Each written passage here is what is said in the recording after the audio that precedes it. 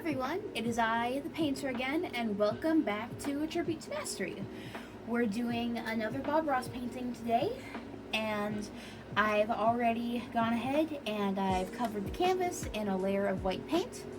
So if you're wanting to paint too, you should do that to really help the painting technique work.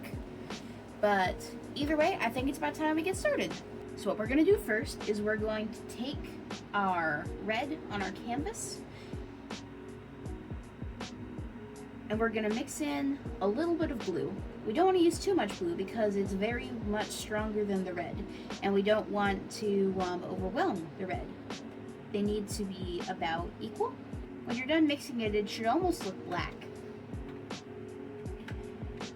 And now we have our paint on our brush, so we just go in and we're gonna start just putting it on our sky. That looks a little bit too red for my taste, so I'm gonna go ahead and I'm gonna mix in some blue. And using the paint that we already have on our canvas and stuff, we're going to drag it down about halfway. I've gone ahead and added some more blue to our purple, and we're gonna go down here and we're gonna just start making our water. Most of these paintings are gonna have water in them, so you gotta get really good at putting the water in, because otherwise they're all gonna look a little bit strange. Which, I mean, it's okay if that's how it ends up being, but you're gonna want to aim for it to look as realistic as possible, because the water looking realistic is what makes the painting really pop. It's very important.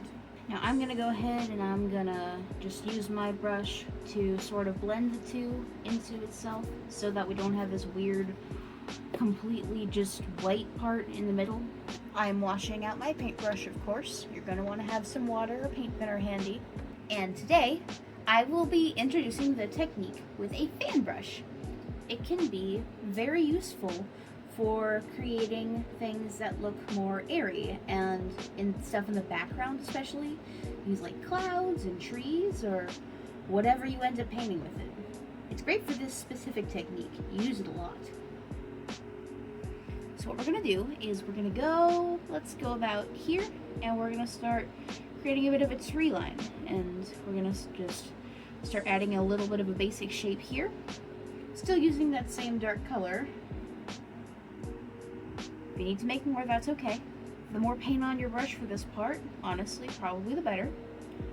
So we're just going in here and we're creating a bit of a tree line. And now I'm going to try something interesting to see, because I'm using different paint than him. We're gonna try something different to see if it'll make it work better. And we're trying to make this look like mist, so to diffuse it, I'm gonna use this little sponge brush. Careful with pulling up, because the paint's still wet. That worked pretty well, I'd say. And now we're gonna go back in with our fan brush, and we're gonna get some white on our fan brush. And we're going to start building something up down here. And we're going to be using that with white. And then we're going to separate some white here on our palette, and we're gonna mix in just a little bit of blue, just to add a little bit of darkness to it. And then if that's too dark, we can just add white to that. And we're gonna add some layers with it. And as you get farther down in this little area here, you're gonna want it to get darker to sort of show a bit of depth. That looks pretty cool. And now we're going to take a palette knife. This is a kind of cheaper one, but that's okay. For now, it'll work just fine. And we're gonna start working on a little cabin. So we're gonna go here, and we're just gonna try our best to pull it down. If you don't like the way that turned out, you can always just go in and touch it up by yourself. And then we're gonna go in here, and we're going to add the other side of the roof for this little cabin that we've got going. Then we're gonna go in with our brown, and we're gonna start building the actual base of the cabin. And then we easily do it for the other side here, and now the other wall. The only problem with painting with the canvas facing down like I do is that a lot of times if you got your arm over like this and you're painting, you're going to end up with paint on your arm, and you're going to end up getting some paint off of the canvas and onto your arm. which can be kind of difficult to cover up, or it'll make it look weird, which is a little bit disheartening, but you know what? That's kind of just something you gotta look out for, and it's kind of just sort of a price you gotta pay to be a good artist. And now we can just straighten this out. And another thing about the canvas, if there are any weird mistakes, you can always just blame it on your canvas touching your hand or your arm. And now, since most of our little cabin is a different shade of brown, we can go with our normal brown and we can add a door with that normal brown. And now to make this really blend in with the background, we're going to go back in with our whitish blue, and we're just going to go in here and halfway try to layer it in. Maybe there's some dirt right by the cabin because the snow doesn't hit it. Now we're going to go with a little bit of our blue here with our sponge. If I can, get it to pick up.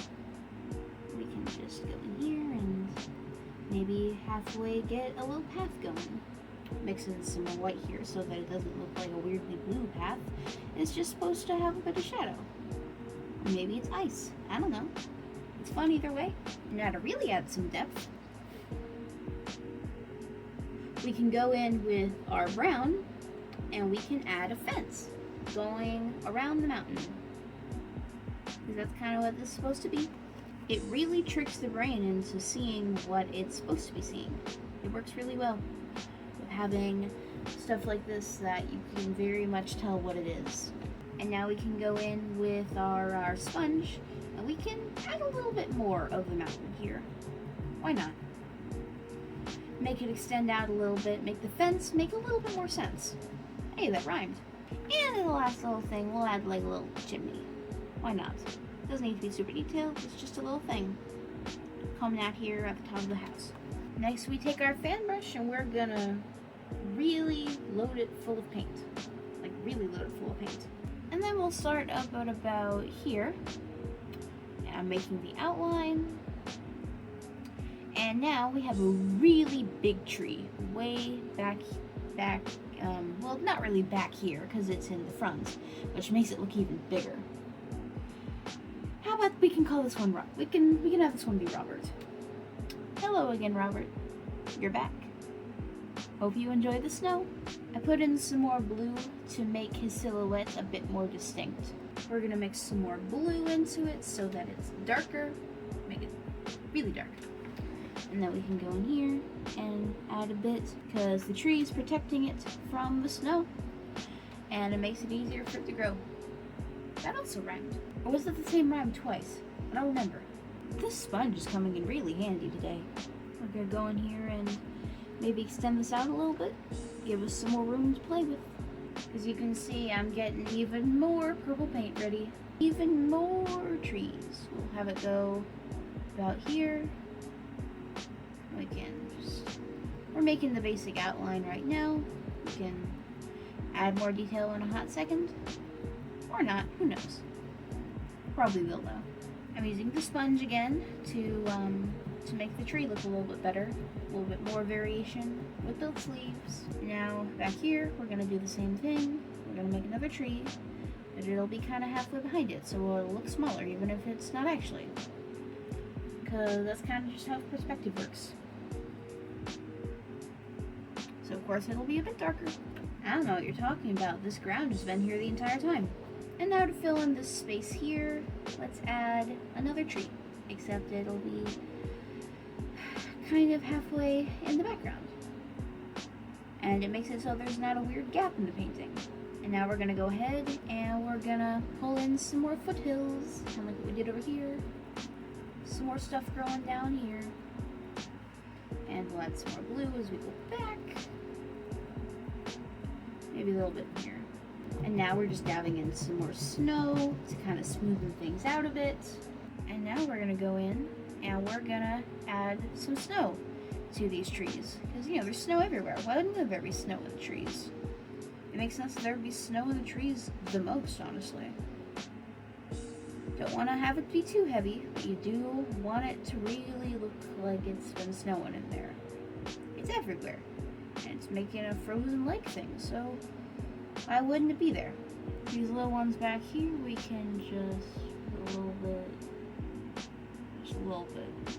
Now using our larger brush that we haven't actually really used yet because we haven't really needed it, but we're going to use it and get as much of this dark purple we have as possible. But again, plenty of blue and red and stuff. It should look good. Now we're making this really look like a frozen lake, so we need some shadow. If it looks odd right now, that's okay. We will fix it in a minute.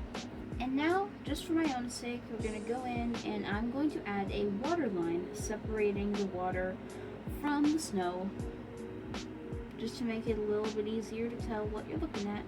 And now, this looks a little bit empty here, so what I'm going to do is I'm going to make some blue and white together. And we're just going to go ahead and we're going to add an other side to this lake. It's more of an outline than anything, but that's okay.